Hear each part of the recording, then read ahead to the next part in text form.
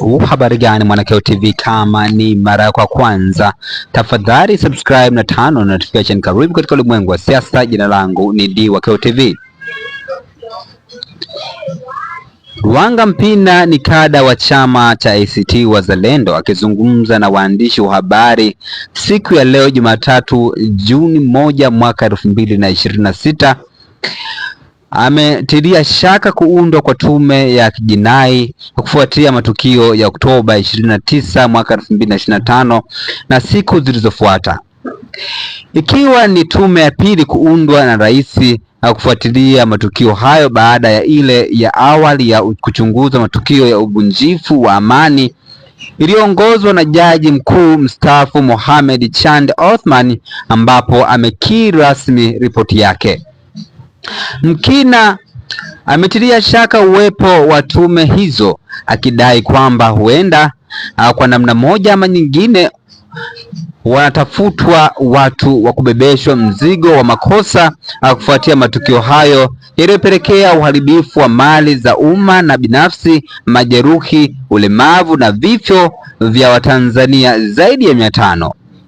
Katika hatua nyingine, Mpina ameeleza kushangazwa na ukimya wa rais mstaafu wa awamu ya 4 wa Tanzania Daktari Jakaya Mrisho Kikwete katika kuzungumza matukio hayo.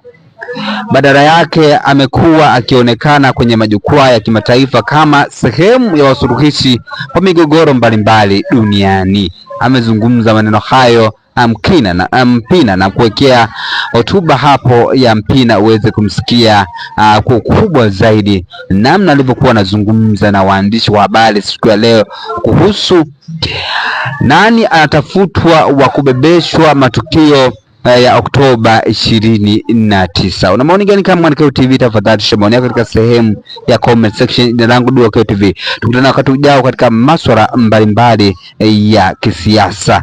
Kama huja subscribe, fanya hivyo ili uwe mwanachama wetu wa Mwanakyeo TV. Tukutana wakati ujao katika masuala ya kisiasa. Bye bye. Katika kipindi cha hivi karibuni serikali imekuwa na mahusiano mabaya sehemu mbalimbali.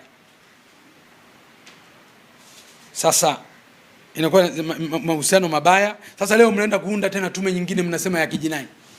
As if hiyo tume itaenda kufanya kazi ya mahakama. Kama nyinyi tume ya Chande mliwaona watu ambao wana kesi za kijinai, si mwapeleke tu mahakamani. Mahakama si ndio itaenda kujua kwamba hao wamevunja sheria au kuvunja sheria. Sasa mnaenda hii tume nyingine ambayo na yenyewe wala sio tume ya kuhukumu watu. Kwa hiyo ni kama tu anatafutwa mtu wa kubebeshwa na kusingiziwa makosa. Na kusingiziwa makosa. Rais mstaafu wa awamu ya 4 Mzee Jakaya Mrisho Kikwete katika kipindi chote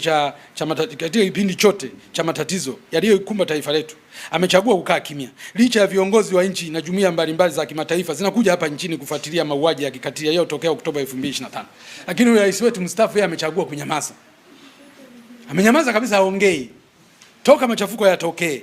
Ukimya wa Mheshimiwa Rais mstaafu Kikwete umeleta sintofahamu kubwa kwenye jamii na watu kujiuliza kulikoni, huku akionekana katika mataifa mbalimbali duniani akitafuta suluhu na migogoro ya mataifa hayo. Basi niseme tu, sitaki kusema zaidi.